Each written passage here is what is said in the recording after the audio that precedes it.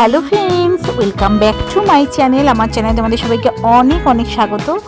দেখো, মাইসুরে পৌঁছে একটু ফ্রেশ হয়ে আমরা সাইড ট্যুরের জন্য বেরিয়ে গিয়েছিলাম, আর যাওয়ার পথে এই রেস্টুরেন্টটায় খেতে ঢুকেছিলাম। তো এটা একটা ভেজ রেস্টুরেন্ট, কিন্তু খুব বড়, আর অনেক ধরনের জিনিস এখানে পাওয়া যায়। তা আমাদের ড্রাইভার যিনি কাকু নিয়ে আসছিলেন, উনি বললেন এখানেই খাও, এখানে খুব ভালো। তা আমরা এখানে ঢুকে গেছি। দেখো, রেস্টুরেন্টটা বিশাল বড়, আর এই রেস্টুরেন্টটাতে তোমার ভেজ থালিও পাওয়া যাচ্ছে, আবার তুমি আলাদা আলাদা করে অর্ডারও দিতে পারবে। তো আমরা থালি নিয়েছিলাম, কারণ থালিতে ছিল তোমার রুটি, আর তার সঙ্গে তোমার 3 ধরনের রাইস ছিল। একটা এদের মতন যে টাইগার রাইস ছিল, আর হচ্ছে এমনি জিরা রাইস ছিল, আর এমনি কাট রাইস ছিল, আর একটু ওদের যে সাম্বার থাকে, রসম, একটা সবজি, পনির, আর মটরশুঁটি সবজি ছিল একটা, আর স্যালাড ছিল, আর এটা একটা মিষ্টি ছিল, পাঁপড় ছিল, চাটনি ছিল। তো খেতে খুবই ভালো ছিল সব জিনিসগুলো।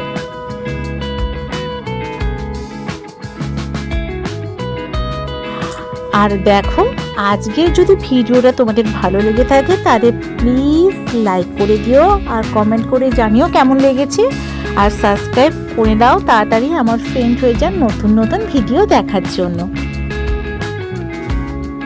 আর তারপরে আমরা চলেছি বার্ড সেঞ্চুরি যাওয়ার জন্য।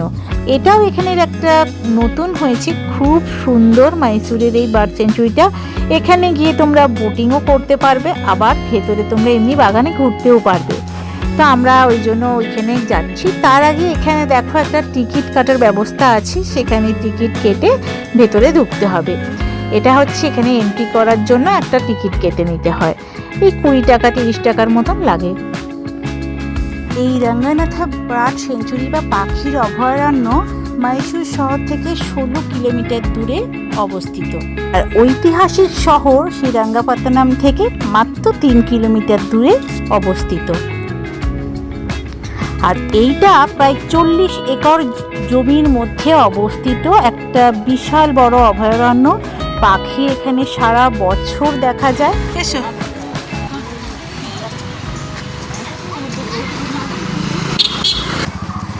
চলে এসেছি আমরা বার্ড সেঞ্চুরিতে। তো আর ভেতরটা কেমন সেটাই তোমাদের সঙ্গে শেয়ার করছি। দেখো, বাইরের টিকিট কাউন্টারের কাছে সুন্দর এই স্ট্যাচুগুলো ছিল, আর এখানে দাঁড়িয়ে একটু ফটো সেশনও করে নিচ্ছিলাম আমরা। আর তারপরে এই টিকিট কাউন্টার থেকে তোমাকে টিকিট কাটতে হবে। এখানে পার হেড 75 টাকা ভেতরে ঢোকার জন্য, আর বোটিংয়ের জন্য আলাদা আছে, কিন্তু বোটিং আমরা করলাম না, কারণ মা যেতে চাইলো না, আর বোটিংয়ের ভীষণ লাইন ছিল, আর আমাদের টাইমও ছিল না। তো তোমরা চাইলে এখান থেকে বোটিংয়ের জন্য টিকিট কেটেও যেতে পারো। যেহেতু আমরা হাঁটতে পারবে না মা বেশি, তাই আমরা এখানে গাড়ি করেছিলাম, তো ওই টোটোর মতন, সেই গাড়িগুলোতে 75 টাকা পার হেড টিকিট ছিল। তার মানে ঢোকার জন্য 75 টাকা, আর গাড়ির জন্য পার হেড 75 টাকা। তো চলো, কেমন ঘুরলাম সেটা তোমাদের দেখাচ্ছি। আর এখানে শীতকালে অনেক পরিযায়ী পাখি আসে, তাই তোমরা যদি ডিসেম্বর মাস থেকে মার্চ মাস, এপ্রিল মাসের মধ্যে আসতে পারো তাহলে অনেক পাখি দেখতে পাবে। প্রায় 170 প্রজাতির পাখি এখানে তোমরা দেখতে পাবে। তো এরকম সুন্দর রাস্তা, আর সুন্দর এরকম বনানীতে ঘেরা বাগানের মধ্যে দিয়ে হেঁটে যেতে সত্যি একটা হেরিটেজ টাইপের মনে হচ্ছে। এই বাঁশবাগান, তার মাঝখানে আরও সুন্দর কত যে বিশাল বড় বড় গাছ, আর তার পাশে সুন্দর এই নদীটা। তো দেখো, এই নদীটা দিয়েও বোট যাচ্ছিল, বাট বোটে কি অনেক লাইনও ছিল, আর অনেক টাইমও লাগবে, ওই জন্য আমরা এই গাড়ি করেই গোটা বাগানটা ঘোরার কথা চিন্তা করলাম। এই দেখেছো, বোটগুলো দাঁড়িয়ে আছে এখানে, 8 সিটারেরও আছে, আবার অনেক 24 জনের বোটও আছে। যে যেরকম বুক করবে ভেতরে ভেতরে নিয়ে যাবে। সেখানে তোমরা কুমিরও দেখতে পেতে পারো। আর পাখি যদি দেখতে পাও, তাহলে সব সময় পাখি বোটে দেখা যাচ্ছে না, তবে এরকম আকাশ দিয়ে পাশ দিয়ে যাওয়ার সময়তেও তোমরা পাখি অনেক দেখতে পাবে। এই পাখিরালয়টা প্রতিদিন সকাল 9টা থেকে 6টা পর্যন্ত খোলা থাকে, তাই 9টা থেকে 6টার মধ্যে তোমরা যে কোনো টাইমে এখানে আসতে পারো। আর এটা দেখে অনেকটা মনে হচ্ছে যে সুন্দরবনের যেমন ম্যানগ্রোভ অরণ্য দিয়ে যায় সেই বোটিং করে সেই রকম ফিলিংস হবে তোমাদের এখানে। আর অনেকটা পেরিয়ার লেকের টাইপেরও ফিলিংস হতে পারে। তো যাই হোক, যারা তোমরা বোট করতে চাইছো এরকম বোট করে যেতে পারো। ওই দেখো দূরে আকাশে ওই যে পাখিগুলো উড়ছে দেখতে পাচ্ছ, এরকম গাছের ওপরে ম্যাক্সিমাম পাখিগুলো বসে থাকে। বোটিং করতে গেলে সাধারণত পাখিগুলো গাছের ওপরে যেহেতু থাকে সবসময় দেখা নাও যেতে পারে।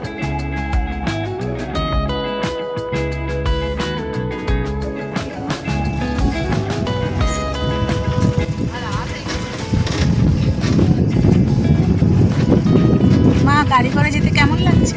ভালো লাগছে। আমরা বোটিং করলাম না, আমরা এই গাড়ি করেই ঘুরছি পুরো পার্কে।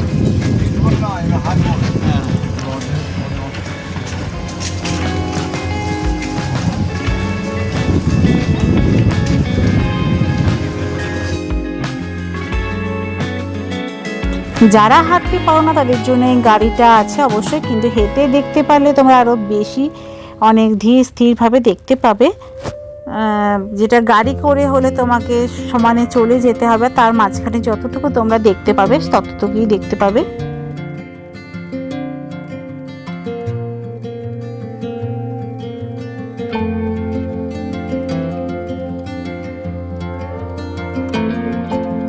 আর চারদিকটা দেখেছো কত বিশাল বিশাল গাছ, আর অনেক ছোট এইখানটাতে চাষাবাদও করেছে। আর তার মাঝখান দিয়ে রাস্তাটাতে দিয়ে যেতে দারুণ লাগছিল। আর এই বিকেলের মিষ্টি রোদের আভা আর তার সঙ্গে এরকম সুন্দর রাস্তাটা দিয়ে যেতে অপূর্ব সুন্দর লাগছিল।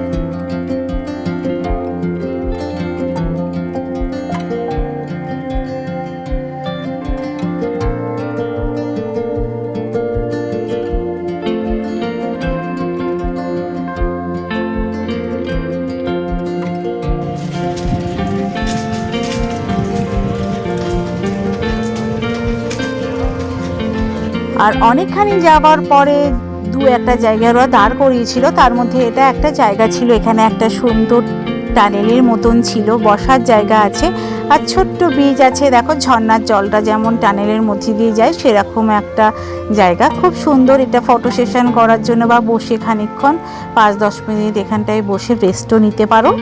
আর গাড়ি করলে তোমাদের তখন টাইমিং বলে দেবে, 5 মিনিট 10 মিনিট পরে আবার যেতে হবে।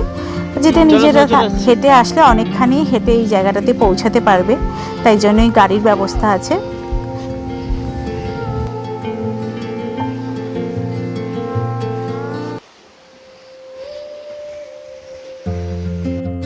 চারিদিকটাতে দেখো পুরো নারকেল গাছ, আরও অন্যান্য বাগানটাকে খুব সুন্দর করে বিভিন্ন গাছে সাজিয়েছে। আর একটা শান্ত পরিবেশ চারিদিকটাতে, খুব মনোরম পরিবেশ। বিকেলের সময় কাটাবার জন্য এটা খুব ভালো জায়গা। যারা তোমরা বোটিং ভালোবাসো অবশ্যই তারা তোমরা বোটিংটা ট্রাই করো।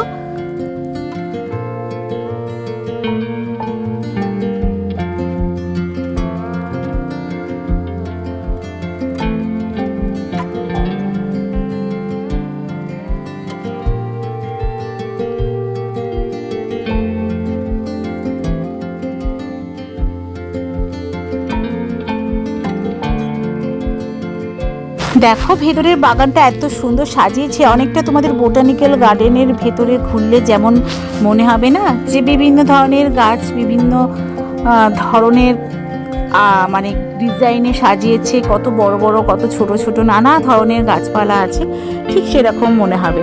আর দেখো এখানের একটা জায়গায় দাঁড় করিয়ে আমরা একটা টাওয়ার মতন আছে তার ওপরে উঠলাম, আর সেখান থেকে এই যে বোটিং যারা করছে তাদেরকেও দেখা যাচ্ছে। আর গাছের মাথায় কত যে বকের শাড়ি, সেই পাখিকেও দেখা যাচ্ছে, অজস্র অজস্র পাখি। আর যারা বোটিং করছে তারা কুমিরও দেখতে পারো। আর এই দেখো পাখিটা পুরো গাছের মাথাতে একদম সাদা হয়ে গেছে, এত সাদা বক এখানে দেখা যায়। এই দেখো কাছ থেকে তোমাদের জুম করে দেখাচ্ছি কিরকম পাখিগুলো গাছের মাথায় সাদা করে বসে আছে। দেখো এই টাওয়ারটা থেকে সব থেকে ভালো দেখা হয়। বোটিং করলে কি হবে, গাছের ওপরে বসে আছে তো তাই সবটা দেখা যেতে নাও পারে।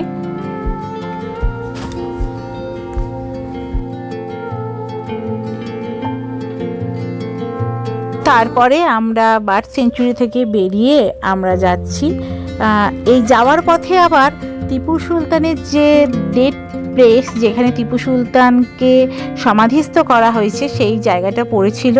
তো সেই জায়গাটা আমাদের যে ড্রাইভার কাকু দাঁড় করিয়ে দেখালো আমাদের।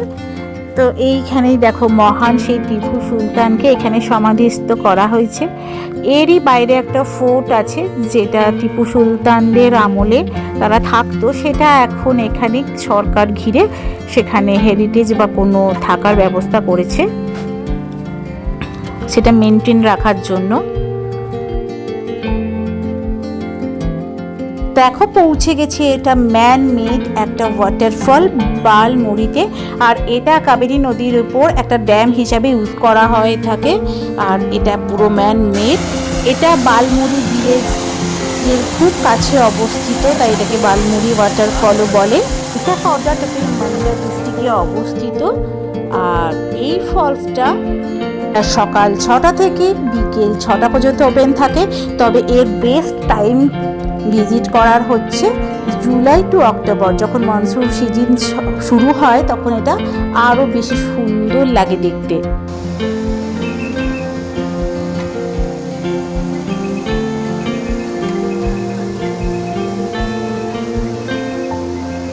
আর এই ফলসটাতে আসতে গেলে কোনো এন্ট্রি ফি তোমাদের দিতে হবে না। হ্যাঁ, পার্কিংয়ের জন্য সামান্য কিছু টাকা এখানে দিতে হয়। শীতকালে তোমাদের অক্টোবর টু ফেব্রুয়ারি পর্যন্তও তোমরা আসতে পারো। এটাও খুব ভালো একটা স্মুদিং টাইম, ঠান্ডা ঠান্ডা লাগবে, খুব গরম লাগবে না।